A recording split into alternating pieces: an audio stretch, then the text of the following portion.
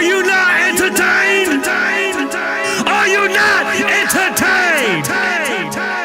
Well, the only thing that was missing was a Kyle "Rowdy" Busch victory. He was there in the end, door to door to door, alongside Ryan Blaney and eventual winner Daniel Suarez. I'm just going to say this was an incredibly entertaining finish to watch on television. I was on the edge of my seat, and I'm just going to tell you, this is going to do wonders for NASCAR because they desperately need more moments like this that are going to get people in the mainstream talking. We're in the social media era. You need to have viral moments, and NASCAR just delivered a viral moment on Sunday night. However, if I have to step back and see that this is going to be a memorable moment, and you have a lot of fans, industry members, and likely drivers calling this the greatest finish in NASCAR history.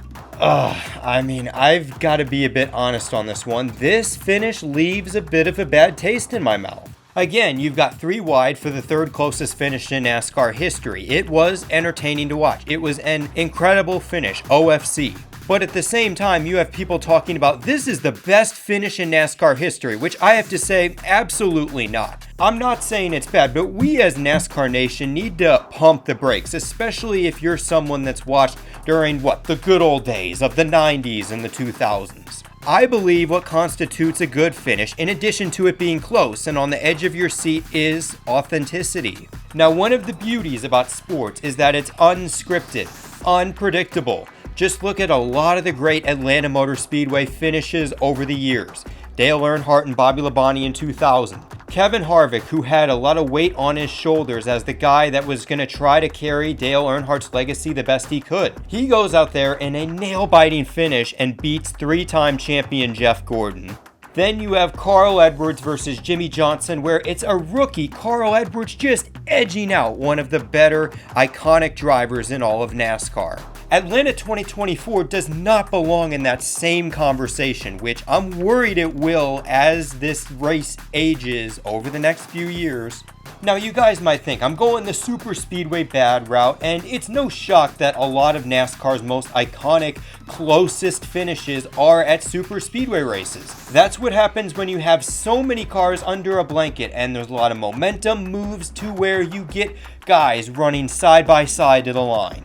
My main problem is how we got here, because in 2021, Atlanta was considered a driver's track. It had that cheese grater surface. But then in 2022, SMI worked with iRacing to create a surface that was going to try to replicate or manufacture super speedway racing.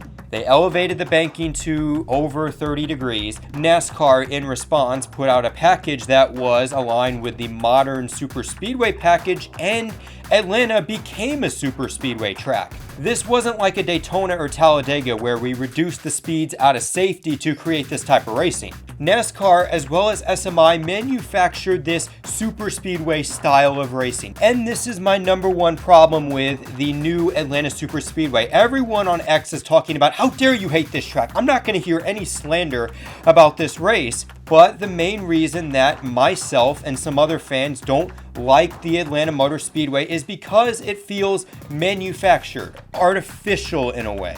Again, incredible finish, but I would have much rather seen this style of finish at a Darlington or a Las Vegas. Yes, you could say that that is also manufactured because of the changing of the horsepower, but at least in my opinion, those are tracks that had their character develop rather than it being forced like NASCAR and SMI did with Atlanta. So the point I'm trying to make out with this video is not necessarily that Atlanta Motor Speedway bad. It's fine if you like this race. Honestly, in my opinion, I'm still not on the bandwagon of Atlanta Motor Speedway. Yes, even after this incredible finish, because yeah, this track still leaves a bad taste in my mouth. However, my point is, you can love this finish. You can adore it all you want in the Atlanta Motor Speedway. However, what I'm trying to say is that this is no Darlington 2003. This is no Atlanta 2000, 2001, or 2005. If anything, what we saw at Atlanta in 2024 is truly a finish of its own. It's something that's unlike anything we've ever seen in NASCAR history based on circumstances, and I believe that's what we as NASCAR Nation should see this finish 10,